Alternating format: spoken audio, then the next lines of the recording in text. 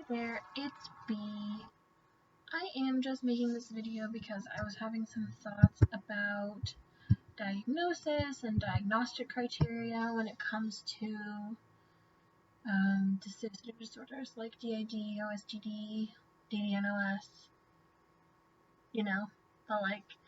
And I thought that I would share them. So I haven't really thought about what I want to say much, so I'm just kind of winging it a little bit. But we are right now preparing to do research on DID and OSDD probably, in grad school. And so we've been doing a lot of reading, and yeah, some thoughts were just coming up about these types of things. So for us, actually, the way that we have defined our system has kind of changed a little bit as far as diagnostic criteria goes. So for a while, we were identifying as having symptomology consistent with OSDD 1A and OSDD 1B, so that there wasn't much differentiation between people in the system, and also a lack of amnesia.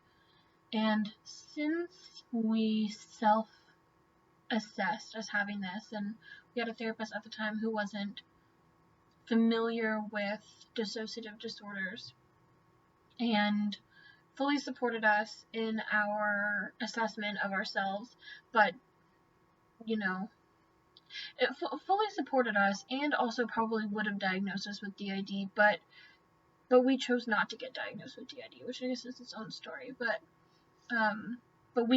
she didn't diagnose us with DID or OSDD. Mostly, I mean, because she wasn't familiar enough with it, but more so because to avoid having that kind of stigmatized diagnosis. But now we have a therapist who is experienced in working with systems, and it's very interesting and very cool. And she would probably diagnose us with DID. And her understandings of what it means to have amnesia and, doing more system-related work with her has definitely... Oh, I have a hair in my mouth, oh god. Has definitely made us see our amnesia differently. I mean, we don't black out. And we do have differentiation in our system, just not a lot, but there are people in the system who aren't versions of the same person. So we could qualify for DID. We could qualify, what we did for a while, understand it to be OSDD. And the reason, the ultimate point that I think that I want to come to is that diagnosis, while super helpful in so many ways, given that we are living in a society where diagnoses are required for so many things, and that we live in a society that undervalues people's experiences and wants people to have some sort of justification in order for care, I think that it's useful and helpful to have a label to understand yourself. But also, I think it's bullshit, and this is my perspective, right? Like, and this is after reading a bunch of scientific articles, so this isn't coming from me having conversations with everyday people. This is like my thoughts about kind of the way that clinical diagnoses are kind of bullshit, in the sense of, like, is it DID, is it OSDD? Well, these things can change, and understandings of yourself change, and also something that is required for DID or OSDD or DDNOS or MPD is clinically significant distress. And if you're a system who has, come to a really good place, then you actually don't fit the criteria for any disorder. So it just, like, that really kind of pinpoints the, like, okay, so these are helpful terms, but also they don't really fully describe what our experiences, what my experience, this is, I'm not really speaking for anybody, but I'm sure some people out there feel the same way as me. They don't really fully describe what our experiences as systems are.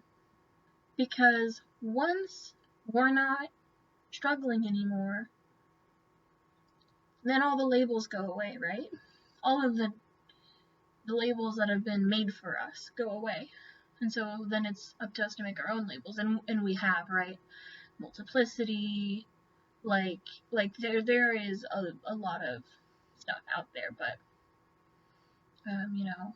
first person.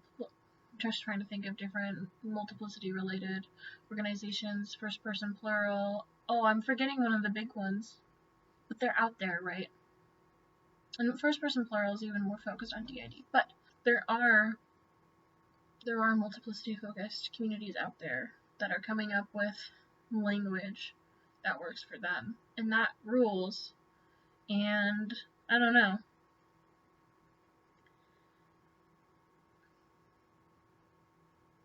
It's just interesting how things change and transform, because for a while we were like, oh my god, we're a system? What the hell? No way! What is it like this? Is it like this? What's happening? I just want to understand it. And now I'm like, DID, OSDD, diagnostic terms, important, also stigmatizing, and don't fully describe what it means to be a system.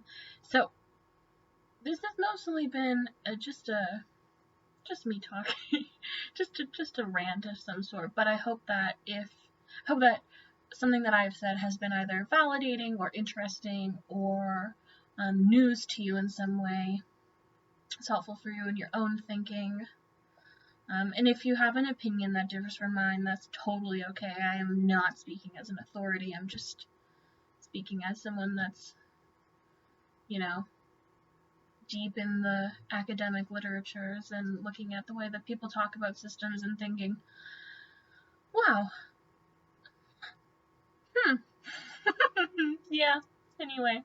Everyone inside says hi, and I'm sure we'll make some more videos again at some point. We've just been very busy with applying for grad school. That's honestly it. But take care out there. Thank you for watching.